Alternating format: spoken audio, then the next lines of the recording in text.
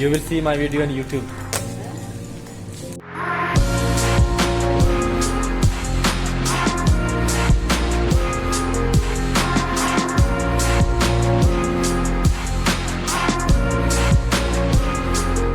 Two American breakfast, one Indonesian.